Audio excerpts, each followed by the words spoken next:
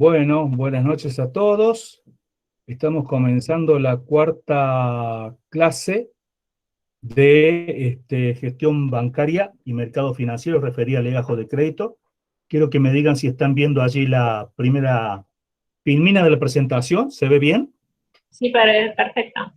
Bueno, entonces soy el contador Marcelo López, jefe de trabajos prácticos de gestión bancaria y mercados financieros, y estamos viendo en esta segunda parte de la materia todo lo referido al legajo de crédito bancario, y hoy es una clase donde tiene continuación de la anterior, porque en la anterior habíamos fijado la responsabilidad patrimonial computable de esta empresa que son los Galarzas, y hoy quedó pendiente para desarrollar hoy, quiero decir, es lo que llamamos el margen de crédito propiamente dicho.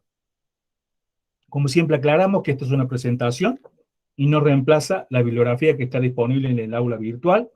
Tenemos 5 preguntas para contestar de este caso práctico. 2 ya la contestamos. La documentación necesaria que se tiene que presentar al banco para calificar como cliente de crédito. La segunda, que es la determinación de su RPC, considerando algunos ajustes que se hacen a lo informado por el cliente.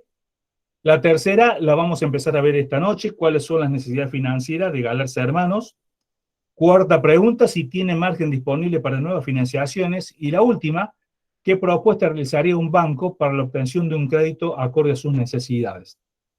Habíamos dicho de que, según las normas del Central, superados ciertos montos de ventas específicamente, las empresas deben ser evaluadas en todo lo que sería su situación económica, patrimonial y financiera, y a partir de allí, además de la identificación, y a partir de allí determinar un margen de préstamo, y que la circular, que básicamente son dos, una la de gestión crediticia y la otra es la de grandes exposiciones de riesgo de crédito, que son las dos normas madre, por así decirlo, que reglamentan todo lo que tiene que ver con margen de crédito bancario y las atribuciones que se le dan a las entidades financieras para dar préstamo. Ese monto, en definitiva, que el banco puede prestar, tiene dos límites, uno por el lado del cliente, es la RPC del cliente, pero por otro lado es la base o capital admisible de la entidad financiera, es decir, también hay márgenes de tope para las propias entidades financieras. En el caso puntual, nosotros habíamos visto que los Galarza habían declarado un activo de 20 millones y un pasivo de 11 millones y les daba un patrimonio neto de 9 millones. Después, en la parte verde, realizamos algunos ajustes que tendrían que ver con algunos créditos que no los consideramos tenían cierta dudosa realización, por cual los restamos, hay ajustes negativos, y dio una RPC de 8.530.000. También determinamos un estado de resultado donde los promedios de venta mensuales son 4.400.000. Hay una rentabilidad bruta de un 35%, eso da 1.540.000. Hay carga financiera por un descubierto bastante elevado de 6 millones de pesos y da un resultado de 1.265.000. Es un resultado ordinario, llamaríamos, para esta empresa. También estaba previsto de que los socios, que son 3 hermanos, realizaban extracciones, digamos, algunas asignaciones mensuales de unos 150.000 pesos cada uno, bastante moderado, y daba una utilidad neta final de 815.000 pesos.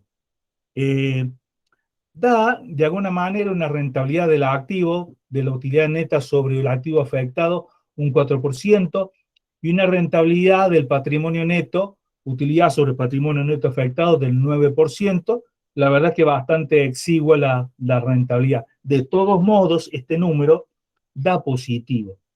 Y esto es todo las 3 herramientas que nosotros veíamos, los 3 gráficos que nosotros veíamos, pero nos falta determinar entonces el margen. Antes de empezar a hablar con los números, hago un repaso de lo que observamos en estos 3 hermanos. Son hermanos que pueden trabajar juntos, lo cual no es poco. Cada uno sabe cómo son sus hermanos. Pues ellos pueden trabajar juntos, se complementan, tienen 3 roles diferentes y los ejercen bien, tienen buena comunicación. El ramo, la actividad lo conocen bien, tal vez lo hubieran heredado, no sabemos, es posible que sí, pero entonces esta empresa se estaba desarrollando bastante bien. Es un mercado que tiene demanda porque son bienes de consumo comestibles, están orientados a medianos ingresos porque son productos de mediana calidad, cuando digo mediana o alta calidad me refiero, trabajan esforzadamente, tienen un sistema de información contable adecuado, que es lo que llevaba María Belén, que era la hermana. Si bien tienen deudas, no tienen atrasos bancarios, cumplen bien con sus obligaciones, tampoco se observan juicios laborales o de otra índole, y procuran ser competitivos porque están tratando de buscar nuevos negocios, nuevos mercados, nuevos locales, y hay una idea allí incipiente de comenzar con el e-commerce. ¿Y qué más podemos decir? Podemos decir muchas cosas más en cuanto a lo que sería un análisis subjetivo de las personas, del negocio, en general de la actividad, pero la verdad, en esto de que necesito más, yo necesito que a mí me hable los números. ¿Al banco se lo convence con esto? Sí. ¿Al banco le interesa todo lo que acabamos de decir? Por supuesto que sí. Pero el banco necesita ver los números. Y estos son los números de ellos.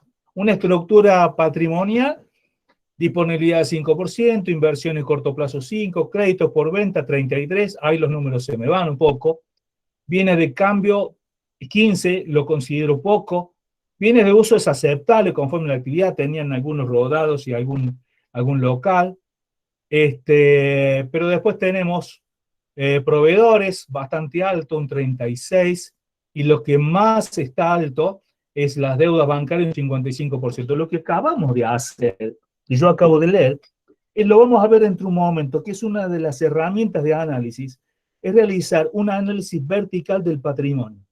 Entonces, para ver la participación relativa de cada uno de los rubros que integran esta manifestación de bienes, que tiene formato de estado de situación patrimonial. Ahí está el pasivo también y está el patrimonio neto. Entonces, a partir de acá nos hacemos la pregunta y entramos con la tercera pregunta. ¿Qué necesitan los galarces? ¿Cuáles son las necesidades puntuales financieras que tienen? Del análisis de estos números aparece el capital de trabajo neto definido. El capital de trabajo es un número, es un patrimonio, es un capital que necesita la empresa para operar y que tiene que ser lo suficientemente en cuanto a cantidad y a calidad para poder cumplir con sus obligaciones de corto plazo. Entonces sería una definición bastante amplia.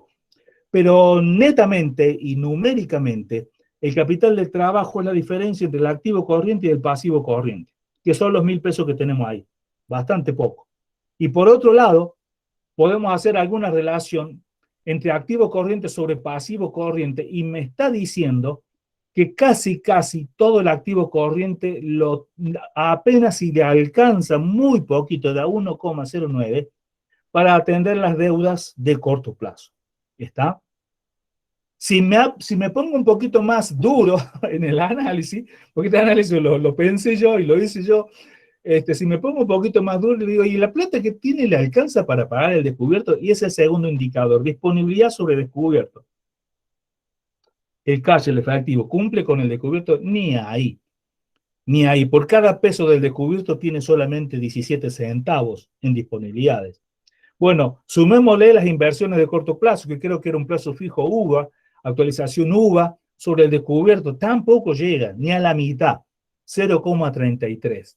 Bueno, entonces ahora sumémosle los créditos por venta, y entonces al sumar los créditos por venta sobre el descubierto, ahí ya la situación mejora un poco, pero tengo una cierta inmovilización, porque esas deudas las tengo que cobrar. La disponibilidad la tengo, el plazo fijo no lo renuevo y ya tengo la plata, pero los créditos por venta tengo que salir a cobrar. Y la otra, según María Belén, había dicho de que los deudores le habían pedido alargar los plazos de los cheques, y habían tenido algunos cheques devueltos, etcétera. Eso ya estaba complicado. Hay que salir a cobrar la plata, ¿no? Entonces, esto es lo que observamos en estos números. Los números nos empiezan a hablar. Ustedes son licenciados en administración, y creo que les dije en la clase pasada que me parece magnífico que hayan elegido esta especialidad financiera, porque realmente a los comerciantes les necesitamos hablar, convencer con los números, explicarles con los números, y entonces a partir de allí se empiezan a tomar las decisiones, ¿no? Por supuesto que hay un montón de otras variables importantes, pero llega un momento que los números mandan.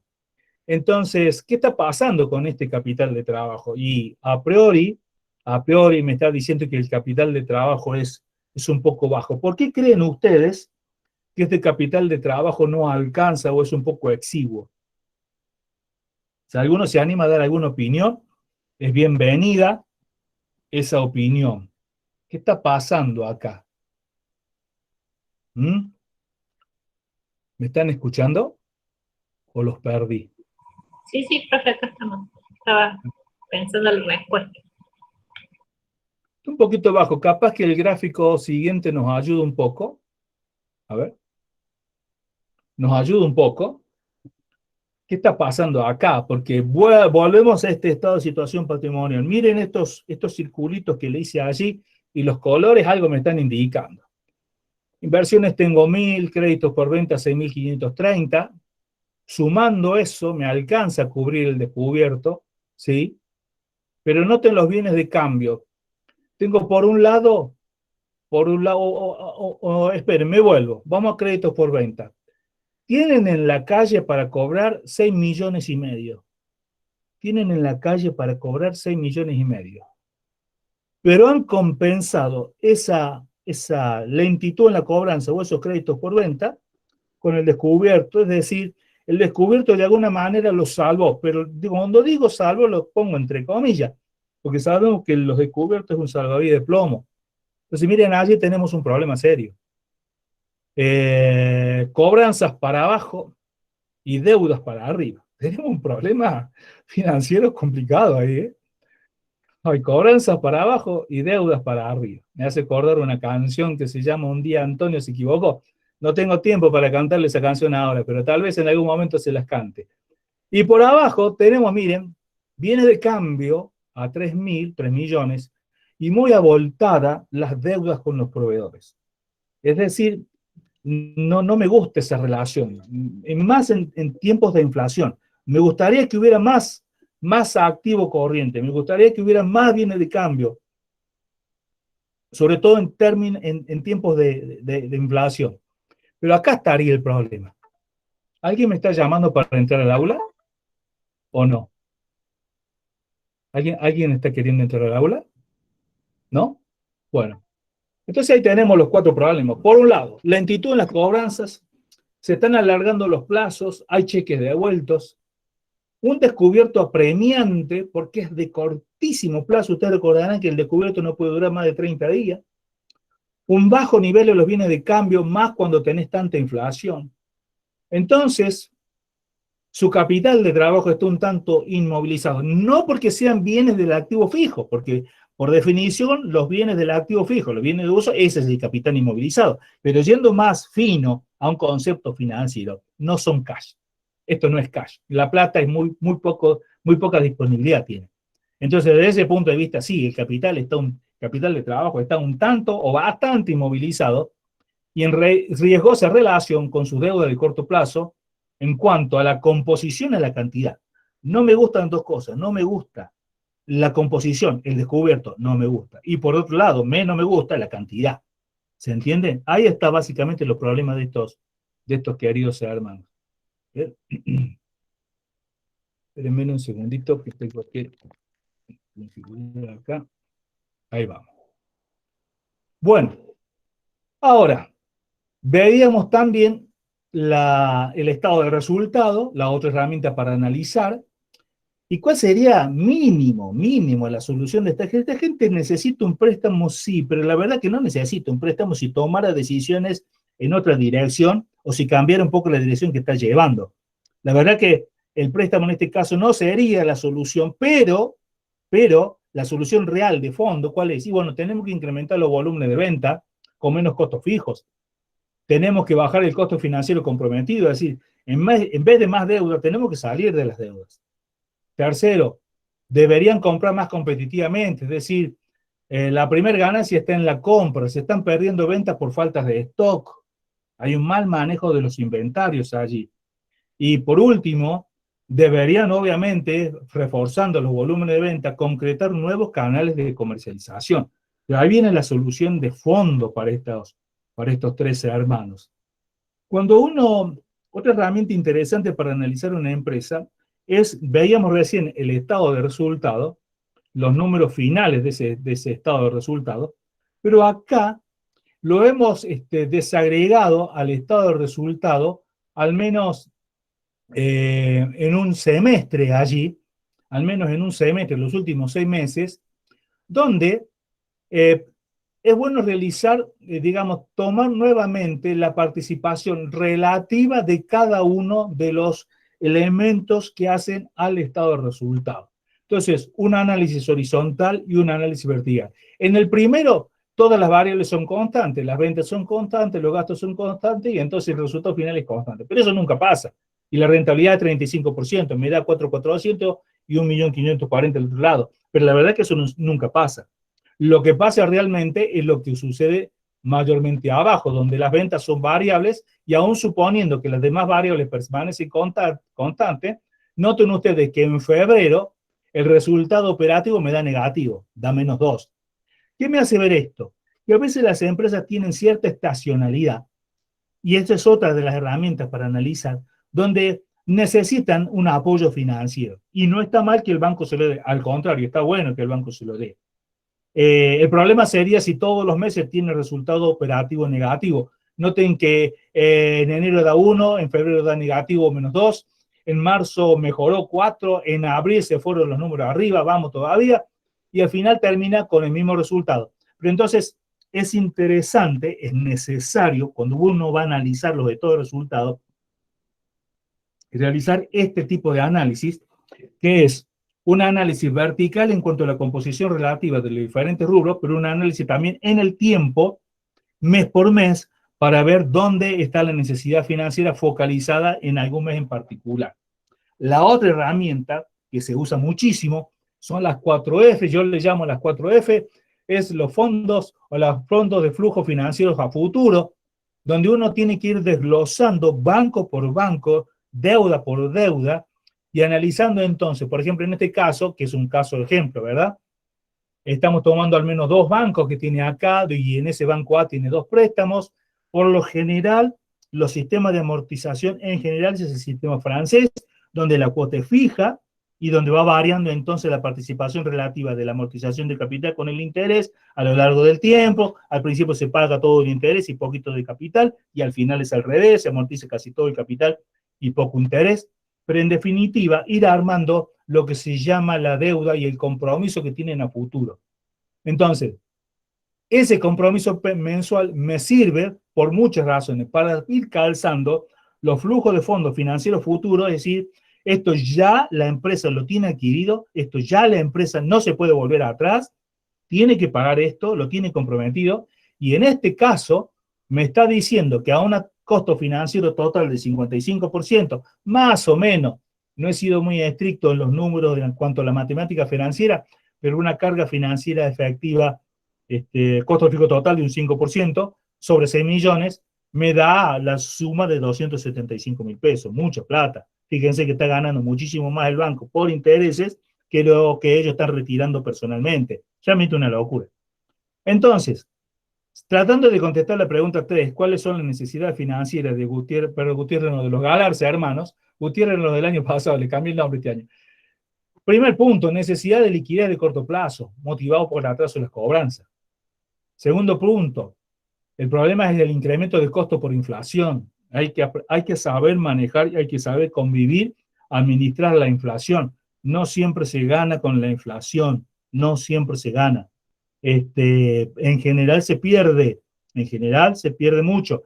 A veces sí se puede ganar financieramente con algún costo financiero que estuviera subsidiado, una tasa negativa, o alguna compra realmente de oportunidad, pero no, por lo general la inflación son vientos fuertes donde por así decirlo, la barca tiene que caminar o navegar en viento en contra y hay que saber manejarse en esas aguas. Tercera necesidad o problema, los cheques devueltos por falta de fondos, su elevado costo de financiamiento había descubierto en cuenta corriente. Entonces, también a esto, que es la situación particular de ellos, debemos hacernos la pregunta cómo afecta a la macro. La macroeconomía, esta lentitud en la cobranza, el bajísimo nivel de bienes de cambio y el alto costo de financiamiento. O sea, esto es todo un combo que realmente hace que la empresa esté bien en este momento, pero la dirección tiene que cambiar. Evidentemente tiene que mejorar. Vamos a la cuarta pregunta. ¿Tiene margen disponible para nuevas financiaciones? con todo lo negativo que yo le dije recién, le parecería que la respuesta es no. Pero la respuesta va a ser sí y les voy a explicar por qué. Bien, si tiene margen disponible, es decir, es condicional esto, si tiene o si tuviera margen disponible, ¿cómo nos damos cuenta de que tiene margen disponible para nuevas financiaciones? Segundo, ¿cuánto es ese margen adicional a las deudas que ya tiene? Y la tercera, ¿de qué depende la determinación de ese margen de crédito? Tres preguntas muy concretas, ¿no? Muy concretas. Y primer punto para analizar, para decir que sí tiene margen disponible, lo cual significa que no sé si le voy a dar el préstamo, pero sí tiene margen disponible. Vamos al estado de resultado otra vez. La capacidad de pago.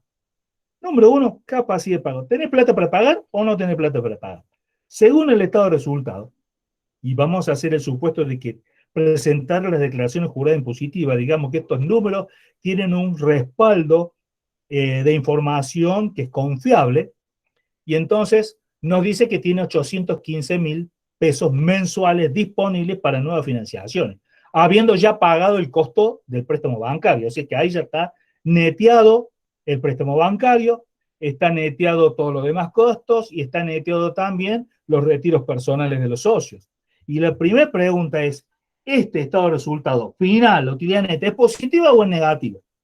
Si es positiva, sí tiene la posibilidad de obtener nueva financiación. Casi que te estoy dando una pregunta de examen.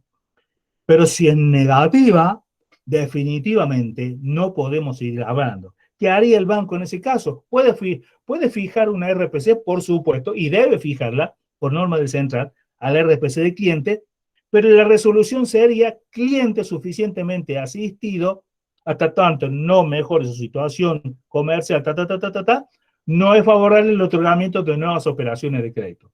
Y vela por el cumplimiento de esta empresa con mora temprana, garantía, etcétera, etcétera, etcétera, etcétera. ¿Entiende? Si fuera negativo. Pero entonces se le fija RPC, no se le fija el margen de crédito. ¿Está claro? Se le puede fijar, que se le fije RPC a una empresa, no significa que sí o sí le tenga que fijar margen de crédito. ¿Se entiende? Tiene RPC, sí, pero no tiene margen de crédito. O si se le fijara un margen de crédito, se le pondría solamente esos 6 millones para que quedara técnicamente cubierto, pero con la salvedad que no se le pueden dar nuevas operaciones de crédito. Así salen las resoluciones para que los gerentes de sucursales, cuando están en el cara a cara con el cliente, le informan la resolución de la gerencia de crédito o la gerencia de riesgo. ¿Vamos? Primera variable, entonces, si da positivo o negativo el estado de resultado. Vamos a ver entonces, si le podemos dar, ¿cuánto le podemos dar? Hay una herramienta, hay un modelo que yo lo apliqué durante muchos años en la actividad comercial y que la aplicaba básicamente el banco, una cierta política de crédito interna, que del excedente mensual promedio, en este caso los 815.000 pesos, aplicar una norma prudencial de tomar solamente el 50% de eso. Es decir, no le tomo todo, le tomo solamente el 50%. Es decir, que me hago un colchón por las dudas de que esta gente tuviera algún problema. Yo sé que tiene más para pagar, pero solamente le doy hasta ese 50%. Y empiezo a jugar con algunos números. Los números serían diferentes escenarios y esos escenarios los define financieramente el costo del préstamo, el costo del dinero, es decir, la tasa de interés activa. Así como el zapatero vende zapatos y el precio de su producto es el par de zapatos, así el banco que vende zapatos, entre comillas, que se llaman préstamos, el precio de ese préstamo es la tasa de interés, técnicamente llamada tasa activa. Entonces planteo tres escenarios, un escenario bueno, un escenario malo y uno intermedio. Bueno, no tan bueno, pero sería una tasa de interés del 3% mensual, que me llevaría a un 36 anual, lo cual a la inflación que tenemos hoy es altamente negativa. Una intermedia, que se asemeja un poco al tiempo actual, y una muy negativa, que es como un poco la que teníamos en el periodo anterior, en la administración nacional anterior, donde el costo, por ejemplo, del descubierto es el 200% anual. Entonces, plantear un 10% mensual. Esas tasas son mensuales, porque las amortizaciones, conforme esta actividad es comercial, y entonces todos los flujos de fondos son mensuales, entonces, por consiguiente, la carga financiera tiene que ser mensual y el compromiso tiene que ser mensual. ¿Qué estoy suponiendo acá? Que el cliente va a tomar un préstamo y que si la tasa fuera el 3%, puede endeudarse hasta 13.583.000, sabiendo que siempre me va a pagar la tasa de interés, que es el precio del dinero.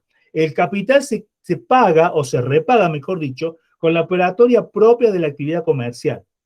¿Estamos? Pero si la tasa fuera el 5%, es decir, se encarece el préstamo, ya no le puedo prestar 13 millones si no tengo que bajarlo a 8.150.000. Y menos que menos si el préstamo o la tasa se fuera al 10% mensual. Le puedo dar solamente la mitad. Esta es una forma muy práctica de determinar el margen de crédito. Si la RPC es 8.350.000 y las deudas bancarias son total de deudas 11 millones y los créditos por venta 6.500.000, ¿qué margen le? Entonces empiezo a jugar con estas tres variables. Por un lado, una RPC ya determinada, que usa un patrimonio neto afectado a la actividad, que el préstamo se puede dar hasta el 100% de la RPC, esa es la norma general. Segundo, tiene un pasivo de 11. Tercero, la deuda es elevada, pero todavía la está pagando bien. Y los créditos por venta, 6.500.000. Entonces yo pudiera pensar que el préstamo puede ayudar a bajar esos créditos por venta, que es donde tiene esta empresa el capital inmovilizado, el capital de trabajo inmovilizado. Entonces, ¿qué margen se propone?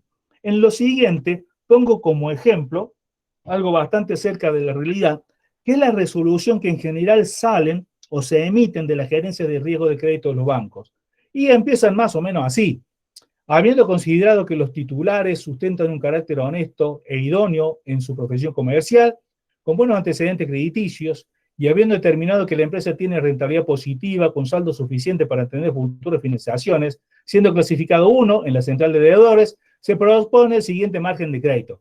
Margen de crédito global es un margen de crédito para global, como la misma palabra dice, 8.350.000, distribuido en los siguientes submárgenes. Y aquí viene la aplicación específica. ¿Para qué te voy a prestar la plata? Que es fundamental saber esa pregunta. ¿Qué uso va a tener el dinero? ¿Qué uso va a tener el préstamo? Y es una de las principales fuentes, garantía o repago de la operación de crédito.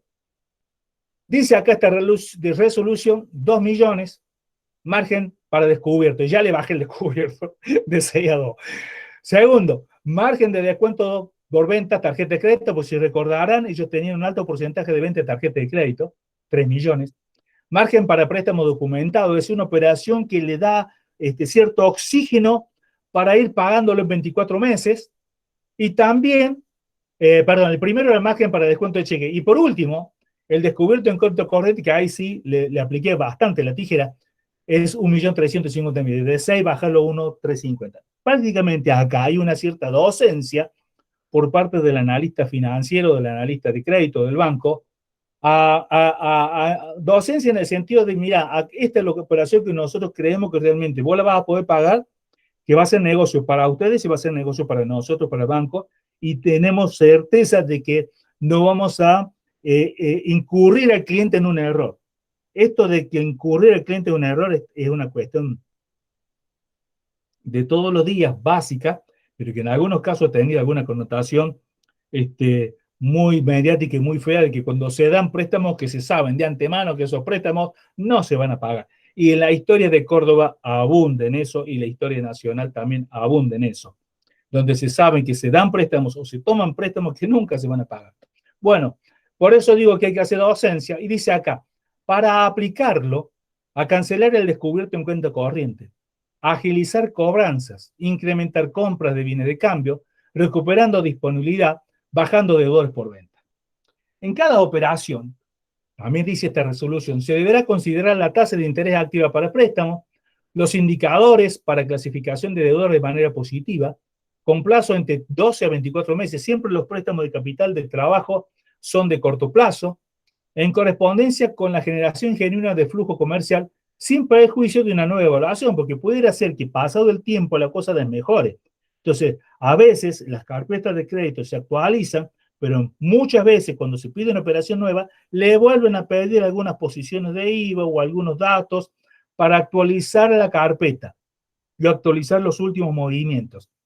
Y garantías a satisfacción de la entidad según la operación de crédito, Una pudiera ser caución de cupones de tarjetas de crédito, avales de los socios, de los 13 hermanos, que van a responder con sus patrimonios personales, prendas sobre los rodados, en el caso que quisieran renovar alguno de los rodados, avales de sociedades garantías de recíproca, que lo voy a explicar en un ratito, entre otros. Y firma la gerencia. Yo puse como nota abajo, ¿cómo van a cancelar el descubierto?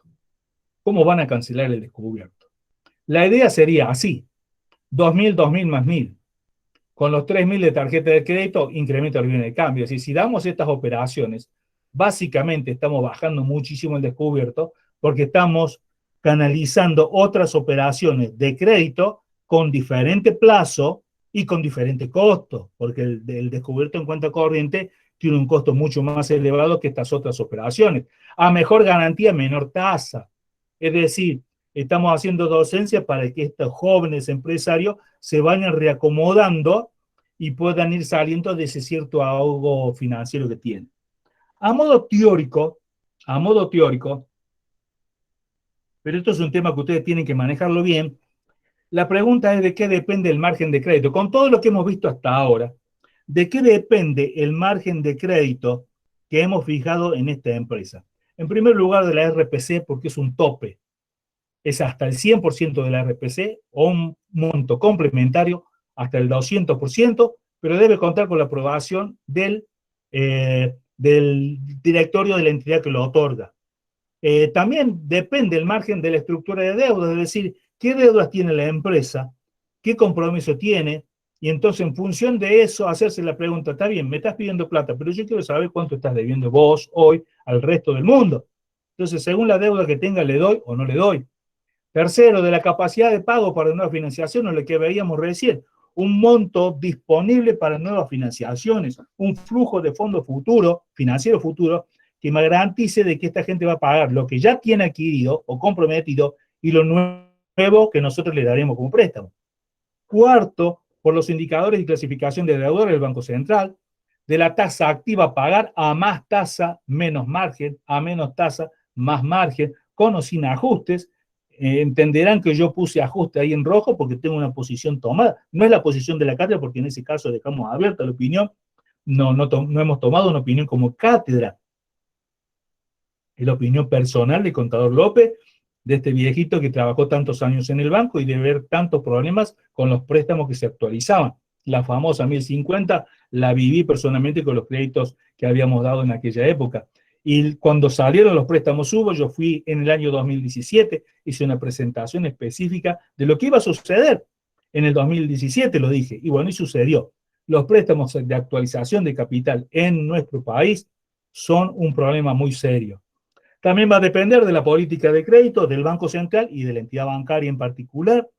También va a depender de la composición de los activos de capital de trabajo. Ustedes vean de que en el caso que recién veíamos, estábamos proponiendo entonces una modificación en la composición relativa de los diferentes integrantes del capital de trabajo. Obviamente que también va a depender de las garantías, si son preferidas A, B o de una sociedad de garantías recíprocas. Les digo que vean ese tema, está en las normas resumidas que les subí a la página. Las carpetas que tienen garantías preferidas A, no es necesario hacer todo este análisis, pero sí las que son garantías preferidas B y sí las que son con sociedad de garantía recíproca. También depende de la situación patrimonial, no se puede dar préstamos a personas que deben en el sistema previsional. Estuvo en suspenso en plena pandemia esa ley, es una ley. Noveno, la modalidad de la operación de crédito, claro, porque si la operación de crédito está bien calzada con los ciclos productivos de generación de ingresos, obviamente yo lo puedo ir dando más posibilidades de pago en tiempo y forma a quienes toman los préstamos. Y por último, lamentablemente muy familiar la inflación, el tipo de cambio afecta, la macroeconomía y lo que nos ha afectado últimamente a todos, los virus o las pandemias que pueden llegar a venir. Lo siguiente que tengo acá, lo voy a tratar de dar lo más rápido posible, pero todo esto va para el parcial.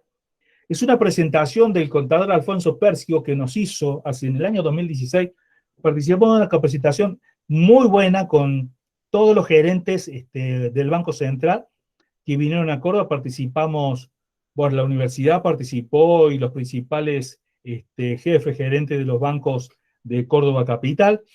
Yo ya había tomado en el 2012 una capacitación muy interesante que me duró 6 meses en el Banco Central de la República Argentina. Iba todas las semanas a capacitarme con ellos allá. Así que ese tipo de capacitaciones son realmente muy, muy buenas. Y esta es alguna de las filminas que hicieron este gerente e inspector general de riesgo crediticio, dando consejos a bancarios de cómo analizar las carpetas de crédito. Y habla allí de 7 puntos: análisis del carácter de los empresarios, análisis de los estados contables históricos, análisis del sector de la actividad donde se encuentra la empresa, análisis del negocio en particular, análisis de la situación post cierre de los últimos estados contables, claro, porque el estado contable cerró 6 meses atrás, un año atrás, y 6 meses atrás, un año atrás, hoy cambió todo. Se necesita actualizar qué pasó después de ese rebalance. 6, análisis de los estados contables proyectados, hacer un esquema, un escenario que va a pasar en el futuro con estas empresas, con lo que se viene. Y por último, análisis de las garantías. En cuanto a análisis del carácter, digo rápidamente de que se evalúa mucho a las personas. Se evalúa a la persona en particular. Entonces, y se piden informes de todo tipo a las empresas de riesgo. No voy a decir los nombres, pero hay diferentes empresas muy conocidas que dan información. Y también las referencias comerciales que se pudieran tener. Es decir, es muy importante el análisis de carácter de las personas y de la empresa. Divide las aguas si se toman o no se toman, o si se dan los préstamos o no se dan los préstamos. En el análisis de carácter también se analiza, por ejemplo, la central de deudores, la central de cheque rechazado, el historial de las deudas que tengan, etcétera, etcétera. Y el otro punto también importante, está todo, pero el análisis del negocio en particular también es muy importante, porque entonces uno ya va directamente a lo que sería qué tengo que ver de cada negocio, la forma jurídica, la historia que tienen sus actividades, si tienen o no tienen personal, la cantidad de personal, quiénes son los insumos que utiliza para la producción, quiénes son sus principales proveedores, qué productos realiza, quiénes son sus principales clientes, cuáles son sus competidores, la infraestructura de la empresa es propia o es alquilada. Es decir, cada uno de estos puntos son muy importantes de analizar. Voy a ir viendo algunos de ellos. Repito, esto va para el parcial. Decía el contador Pérsico de que básicamente los 3 grandes pilares para el análisis de una empresa, y estamos hablando ya de empresas que presentan balance, donde entra a jugar directamente la circular de gran exposición de riesgo de crédito, es hablar del carácter, ya lo dijimos, un análisis numérico. Les dije también, a mí los números me tienen que convencer. Si no me convencen los números, no podemos avanzar. Y por último también, unas garantías aceptables, que no son necesarias para pagar, pero por las dudas pudieran ser utilizadas. En el modelo, en el esquema, básicamente hay un input, digamos, donde la empresa declara, presenta los balances. Eso es similar a lo que vimos en manifestación de bienes. Después está el momento del análisis, donde también se realizan ajustes a los balances, a los estados de situación patrimonial, etcétera, etcétera. Y por último, da un resultado que sería la resolución que nosotros vimos hace un rato, ese ejemplo de resolución. Y las técnicas de análisis: lectura de los estados contables, un análisis vertical, un análisis horizontal de todos los estados, sea patrimonial, resultado, etcétera, etcétera. Y por último, realizar una buena y gran cantidad de análisis de ratios e indicadores. ¿Qué van a ver en el balance los empleados bancarios? Van a ver la memoria, van a estudiar la situación patrimonial, el estado de resultado, la evolución de patrimonio neto, los flujos de efectivos, notas y anexos que deben tener los balances, el informe de la sindicatura, que sería una auditoría interna, y el informe del auditor interno, que sería el contador que va a certificar ese balance. Del análisis vertical, ¿qué consiste? En determinar el precio proporcional, o digamos el peso proporcional en porcentaje que tiene cada cuenta dentro del estado analizado, situación patrimonial, económica o patrimonio neto, y permite determinar la composición de la estructura de los estados contables. Acá tenemos un ejemplo. Acá tenemos un estado de situación patrimonial, donde, por ejemplo, caja y banco, que son 100 pesos en valor nominal, representan el 9% del activo total. Inversiones representa el 8%. créditos por venta el 19%, y así, bienes de cambio el 14%. Entonces me tira todo un informe de lo que sería también la participación relativa del activo corriente, del activo no corriente, y su similar por el otro lado del pasivo y por el lado del patrimonio neto. Entonces esto sería un típico ejemplo de análisis vertical de un balance. El análisis horizontal, vamos a ver la variación absoluta relativa en que haya sufrido cada parte de los estados financieros en un periodo respecto al otro. Si comparamos un año con el anterior, por lo general se comparan 3 años, los últimos 3 balances o los últimos 3 periodos, y vamos a ver el crecimiento o decrecimiento de cada una de las cuentas. Ahora, hay que tener presente que estos estudios se deben realizar a precios constantes, ya que una variable a considerar es el IPC u otros índices de ajustes inflacionarios propios de la actividad del sector. Cada actividad tiene su propio índice, el valor de los cereales, el valor de la carne, el valor del acero, el valor del dólar, el valor de los bienes de consumo, etcétera, etcétera. ¿Está? Acá tenemos un ejemplo de análisis horizontal. Si teníamos acá el mismo balance, pero hemos tomado 2 años, periodo 1 y periodo 2. En caja banco, el primer año era 50, en la columna 2 dice 100, es decir, que la variación fue del 100%, varió mucho, subió mucho disponibilidades. Y así sucesivamente. En inversión era 40-80, también subió el 100%. Pero, por ejemplo, en otros créditos, en inversiones, noten, me estoy yendo al segundo grupo, que dice 80 en el primer periodo y 50 en el segundo periodo. Entonces allí hubo un decrecimiento del 38% si la vista no me falla. Entonces acá veo la evolución en el tiempo de las diferentes variables, y si noto algo que me llama la atención, empiezo a pedir información sobre ese número. Vamos a los ratios, que también me interesa que lo tengan bien en claro, tal vez el concepto particularmente. Ratios de solvencia, donde miramos el activo contra el pasivo. Ratios de liquidez, donde vemos el activo corriente contra el pasivo corriente. Si me alcanza el activo corriente para pagar estas deudas de corto plazo. El activo corriente sin bienes de cambio, le saco un poquito para hacerlo un poco más estricto sobre el pasivo corriente. Y acá está la regla. Cuanto más alto sea este cociente, más líquido o solvente se supone el emisor de los estados contables. O sea que estos números, mientras superen el 1, mientras más abultaditos sean, mejor. Me está diciendo que acá hay solvencia y hay liquidez. Pero hay más indicadores. A ver, ahí está. Hay más indicadores. Por ejemplo, de financiamiento a clientes. De financiamiento a clientes, sí.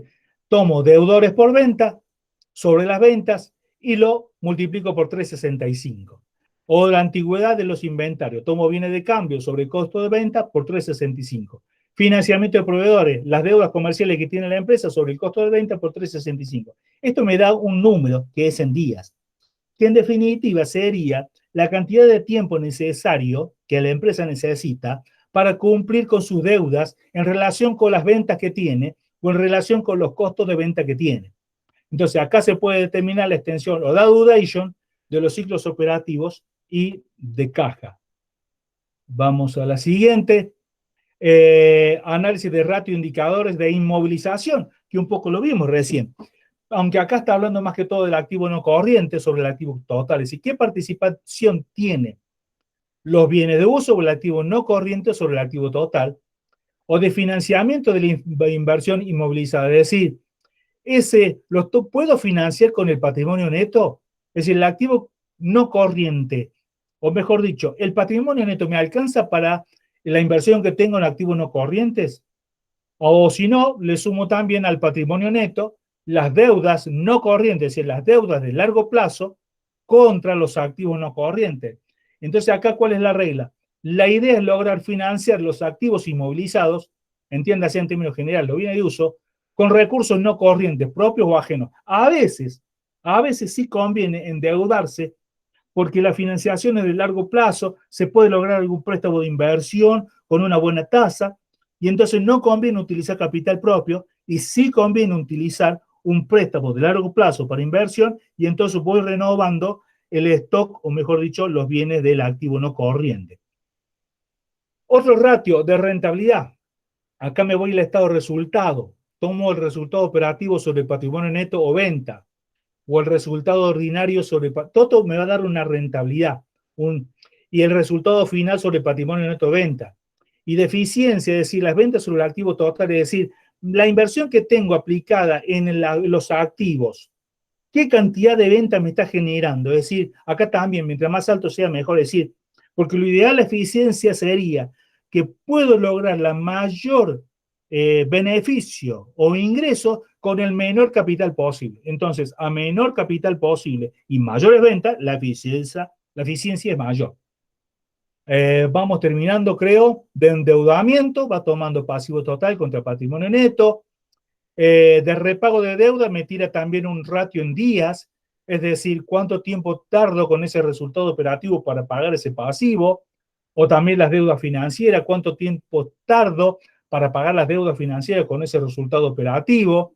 De repago de interés, es decir, tomar el resultado operativo contra los gastos financieros, es decir, me alcanzan a pagar las deudas financieras estos resultados operativos, es decir, si lo que está generando la empresa alcanza, que un poco lo hicimos nosotros recién. Nosotros con el excedente financiero que nos daba positivo, nosotros pudimos hacer un cálculo de que sí podía adquirir nuevas financiaciones a futura esta empresa. Resumiendo, hay indicadores de situación patrimonial, allí lo tienen. Por el tiempo no los leo porque ya los hemos dicho recién. Hay indicadores de la situación económica, ahí están, ustedes después analícenlo. Hay indicadores de la situación financiera, que tienen que ver básicamente con la plata, con el cash y el endeudamiento. Y también, ahora, todo esto debe estar enmarcado en la tasa de interés. Lo que necesito de ustedes es que tomen en cuenta todos estos indicadores y realicen su cierta evaluación en cuanto a cómo se hacen los análisis de una carpeta de crédito. Me quedan dos temas más. Les voy a pedir que se mantengan allí.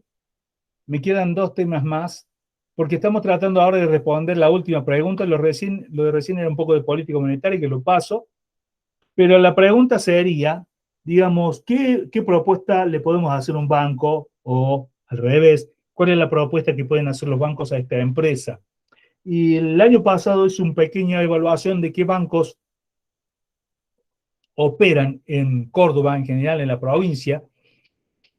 En general, más o menos hay unas 429 sucursales o presencia, perdón, 472 sucursales tienen los diferentes bancos del sistema financiero argentino que están en Córdoba. Ahora, tomando la cantidad de sucursales de cada uno de esos bancos, me aparece de que en Córdoba básicamente hay 4 bancos que operan y llevan gran parte del mercado en todo lo que es la provincia de Córdoba, que están en casi todas las localidades, Córdoba capital y en el resto de la provincia. Y esos bancos son, el primero en presencia es el Bancor, obviamente, uno de los principales bancos de presencia regional en la República Argentina. Después está el Nación, que el Nación siempre ellos dicen, nosotros vamos donde no va nadie, y es verdad. Tercero es un importante banco a nivel privado nacional, es el Macro, y el cuarto es el Santander. Me gusta en esta mezcla de que hay 2 bancos públicos, digamos, y después hay 2 bancos privados muy, muy importantes. Por supuesto que hay otros bancos que también son muy importantes, pero tomé estos 4 que serían los que al menos mayor presencia regional en cuanto a sucursales tienen en la provincia. Es decir, que hay un alto porcentaje de que saquemos préstamos o que tengamos cuentas en estos bancos, a los cuales los llamé los 4 de Córdoba.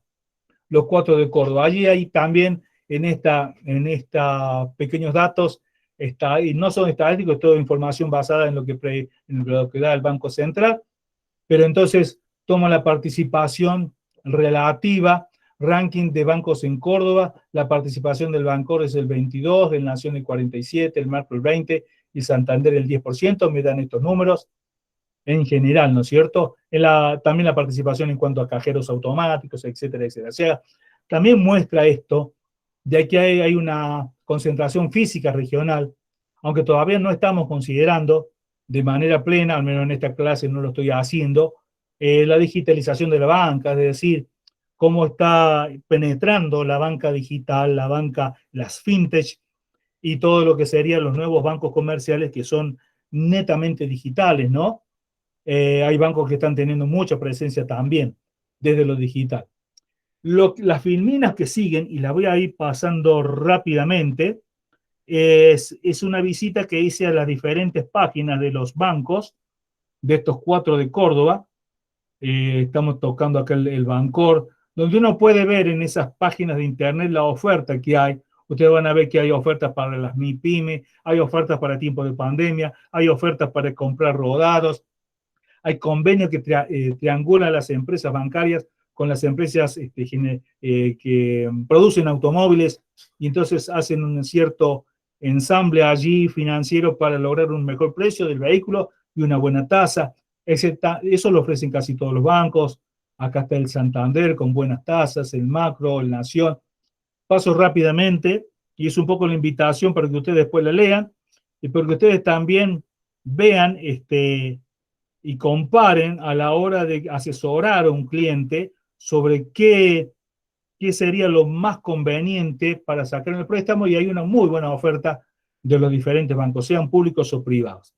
Pasado el tema banco, y siguiendo con un poco con el tema financiamiento PYME, ha habido un hecho muy llamativo a partir del año 2019, que son las operaciones de descuento de cheque de pago diferido, que ya en el 2019 tuvieron un gran crecimiento, debido también que era tan alta la tasa de interés que cobraron los bancos, que las empresas empezaron a financiarse entre ellas a través del mercado de capitales, a través de la bolsa de comercio, a través de la sociedad de garantías recíprocas, y entonces empiezan de alguna manera a esquivarle al préstamo bancario y se empiezan a financiar. La siguiente filmina tiene que ver con lo que dice el reglamento de cuenta corriente bancaria en cuanto a la negociación de cheques de pago diferidos en el mercado de valores, un tema que lo vimos en la primera parte de la materia, pero acá lo vamos a ver de parte práctica, es decir, existen básicamente 3 operaciones: el cheque patrocinado, el avalado o el endosado, que son diferentes maneras de vender, entre comillas, los cheques para hacerse de fondos a través del mercado de capitales y a través también de las sociedades de garantías recíprocas. Después véanlo ustedes allí, está todo bastante explicado, cada una de las operaciones. Puse una nota abajo, estas operaciones también las puede realizar el sector público, nación, provincia y municipios, y los gobiernos autónomos. Sí, también, porque están autorizados por la ley de cheques y por el reglamento de la cuenta corriente bancaria. La siguiente filmina tiene que ver con lo que son las sociedades de garantías recíprocas, donde están los socios protectores y los socios partícipes. Los protectores son aquellos aportantes de capital para generar un fondo de garantía, y los socios partícipes son todas micro y pequeñas, medianas empresas, que son las beneficiarias en alguna manera del otorgamiento de avales o garantías para las operaciones de crédito. Cada uno de estos 2 socios integra el 50%. Acá hay un gráfico que hice para que muestre un poquito cómo juegan este rol y cómo juegan los bancos acá, cuál es el rol de los bancos. Por un lado está la sociedad de garantía recíproca, que también están reguladas por el Banco Central, que han crecido muchísimo en su número, donde tenemos los 2 socios, los protectores y los partícipes, aporte del 50% cada uno. Los socios protectores tienen un beneficio impositivo y financiero también. Con los fondos que se aportan, se administra un fondo de riesgo, importante fondo de riesgo, y los socios partícipes, ¿qué hacen? Presentan de alguna manera su carpeta de vinculación a la sociedad de garantías recíprocas, son evaluados por la SGR y también presentan también garantías a ellas, por los cuales ante un pedido de una operación en particular con un banco, los socios partícipes van al banco con ese certificado, con esos avales, y reciben del banco los fondos. ¿Qué hace esto? Tiene un círculo virtuoso muy interesante. Por un lado pueden obtener mejores tasas porque presentan mejores garantías. Y otra regla: a mejor garantía, mejores tasas. Entonces obtienen mejores garantías, mejores tasas, mejores plazos, mayores montos, y entonces también se fortalece el mercado de capitales y entramos en este círculo virtuoso. Un ejemplo que puse yo acá es Avales del Centro, que es una sociedad de garantía recíproca que está impulsada por la Bolsa de Comercio de Córdoba, Está destinada a potenciar el sector empresario cordobés y busca mejorar las condiciones de acceso al financiamiento por parte de las pymes o MIPYMES y canalizar el ahorro local a través del mercado de capital. Es decir, también, obviamente, acá hay un negocio para los socios protectores que van a tener también una buena rentabilidad por formar este fondo de riesgo. ¿Está? Vamos terminando ya, creo que me queda muy poquito. Sí, me queda casi nada para terminar la clase, después voy a dar lugar a algunas preguntas. Pero como esta es hoy mi última clase de este año, aunque nos vamos a ir viendo, vamos a tomar los exámenes correspondientes, que necesitaba decirles lo que escribía acá.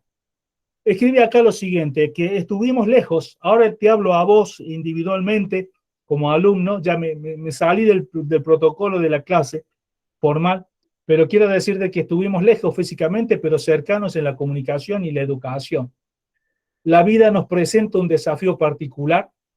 La pandemia del COVID-19 ha cambiado nuestra vida cotidiana y tuvimos que adaptarnos rápidamente. Ir a la facultad, algo cotidiano y maravilloso, se volvió una excepción, más aún, una prohibición. Pero gracias al trabajo en equipo de toda la facultad y nuestra cátedra, pudimos achicar las distancias utilizando la tecnología de la comunicación y derribar barreras para alcanzar el objetivo del conocimiento. Las clases las dimos de manera sincrónica online, pero además subimos los videos, las presentaciones y toda la bibliografía para que puedas alcanzar el conocimiento y el objetivo de aprobar la materia y saber más. Aunque esta vez no estuvo la calidad del diálogo face to face, cara a cara, el darse la mano o un abrazo, estoy seguro que al final de este camino seremos distintos, habremos aprendido mucho más, pues habremos aprendido a comunicarnos y a vencer barreras, al tiempo que aprendemos o aprenderemos temas financieros y bancarios muy útiles para tu desarrollo profesional, y realmente lo deseo de corazón, y es el deseo de la cátedra que ustedes se desarrollen como efectivos profesionales en los temas financieros. Y por último, un pedido personal. Ruego a Dios que nos siga protegiendo de todo mal, que ustedes y su familia, sus papás, sus hijos, sus abuelos, estén guardados y sanos en todo tiempo. Estamos transitando un periodo de sacrificio. Tendremos que cruzar el desierto, pero puedo ver la ganancia, puedo ver la recompensa que nos espera y que no es ni más ni menos que celebrar la vida. Así que gracias por haber participado en mis clases de práctica de gestión bancaria y mercado financiero y las demás clases. Y por favor, realmente por favor, que cuando nos crucemos físicamente en la facultad en algún tiempo, y estoy seguro que va a ser pronto, nos demos ese abrazo que realmente nos merecemos, vos y yo. Live it up, viva la vida, contador Marcelo Daniel López. Así que hago un agradecimiento especial a la Facultad de Ciencias Económicas de esta amada Universidad Nacional de Córdoba, al señor decano, John Boreto, a mi compañero de trabajo, el contador Saúl Musicante, licenciado Claudio Freidman y licenciada Laura Luna Jabase, al área FIPE que nos capacita en formación docente y hace toda la producción educativa, y a ustedes, mis queridos alumnos y alumnas. Así que realmente muchas gracias por este tiempo, espero haber sido claro, espero haber sido útil, pido disculpas en alguna medida si cometí algún error, pero bueno, errar se dice que siempre es humano. Escucho algunas preguntas que tuviéramos de la presentación o alguna devolución de lo que acabo de decir y vamos terminando con esta clase. ¿Qué les parece?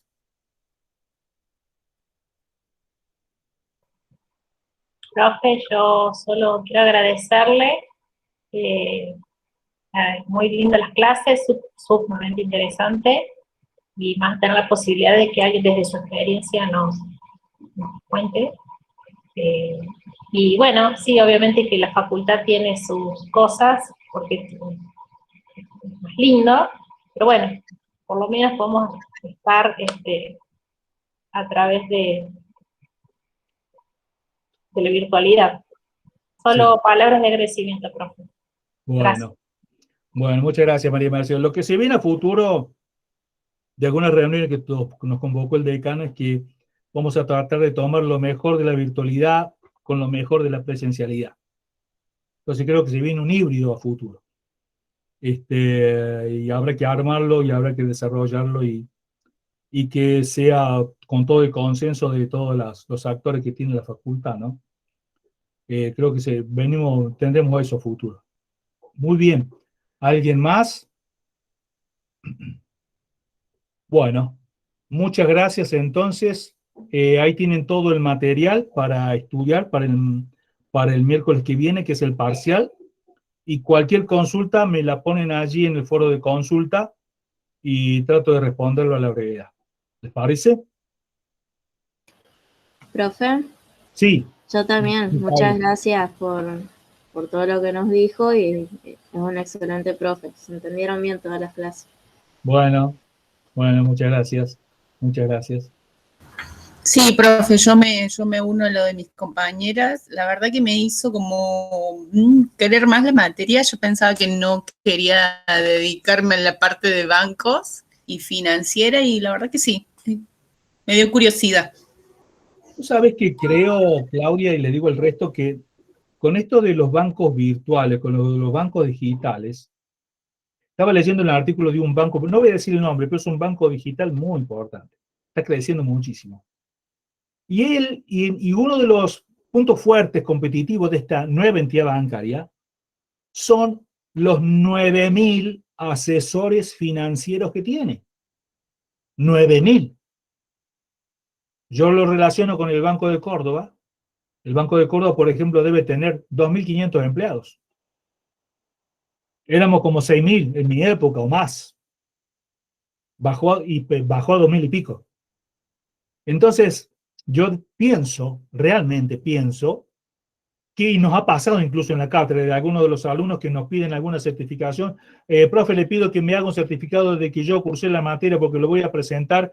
Es más, hace poco tiempo una chica que quiere hacer algo a nivel internacional me pidió y se lo dimos, es decir, un pequeño certificado, ¿no?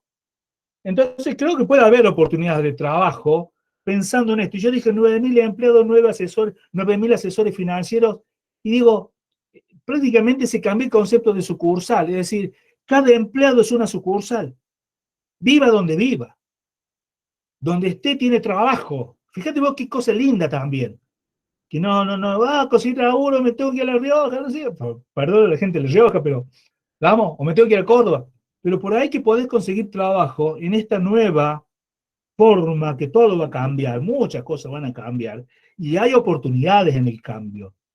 Entonces, yo les animo que ustedes se perfeccionen en esto, se capaciten más, y por allí que pueden conseguir trabajo por ese lado. Realmente me hizo ruido de manera muy positiva esto de los 9.000 asesores financieros y están logrando cada vez más clientes y más clientes y más clientes. ¿Me entendés? Lo veo bueno. Y lo veo que también los otros bancos van a tener que adaptarse. Bueno, lo están haciendo, ¿no? La digitalización de los otros bancos también es muy fuerte. Muy fuerte. Bueno, Claudio, si querías. Sí. Yo soy contadora pública. ¿Vos sos contadora? Sí, ya me recibí y bueno, aproveché la virtualidad para hacer la licenciatura, que siempre me llamó la atención. Y la verdad es que esta materia, lamento que no esté la currícula de contador público, porque también está muy vinculado. Y además es un tema sumamente de actualidad. Así que bueno, agradezco estar cursando la licenciatura y haber descubierto esta materia. La verdad es que es sumamente interesante. Qué bueno. Estaba para contadores como optativa. Cuando sale el nuevo plan, queda en la licenciatura y área financiera como obligatoria. Pero todavía no está dicha la última palabra, porque hubo pedidos de que se la incorpore como optativa otra vez para los contadores. Porque tenés que saber el manejo de cuenta corriente, tenés que saberlo parte. Es que es un tema del día a día, profe, o sea, del día a día. Claro, y aparte ubicarte en esto que nos pasa en el país, que hoy de golpe, por eso tenemos un cepo, tenemos un corralito, no sabemos qué va a pasar con los bancos, entonces es un tema muy importante, muy importante. No, y ahora lo que pasa con el tema de la cantidad de cheques devueltos, o sea, sí, ahí es la pandemia, entonces, sí, monstruoso, sí. qué bueno. Muchas gracias, profe. No, gracias a ustedes, gracias por la devolución, que la pasen bien, che. Adiós, profe, muchas gracias. Listo, chao, chao. Chao, profe. Profe, le hago una consulta para el parcial. ¿Puede ser que todavía no carguen la unidad 7 del teórico? Ya me lo Como que- lo escribo y Sí. mando el mensaje. Unidad 7 Sí, del teórico. Sí, del teórico, porque No hay unidad 7 del teórico. claro, por eso pasan de las 5, 6 y de ahí pasan a La las 7 es 8. la parte, la 7 está en la clase práctica, en cuenta corriente bancaria. Listo. Pues, Listo. ahora, Entonces, la ahí unidad queda más 7 tranquilo. del teórico es todas las 7 del práctico. Exacto. Y la 8 igual. Listo. Bueno. Listo. Bueno, profe, muchísimas Listo. gracias y de nuevo, bueno, le agradezco la clase. La verdad que me dio curiosidad entrar en la parte bancaria. Dale, dale, dale. Gracias, profe. Chao, Ok, chao. chao.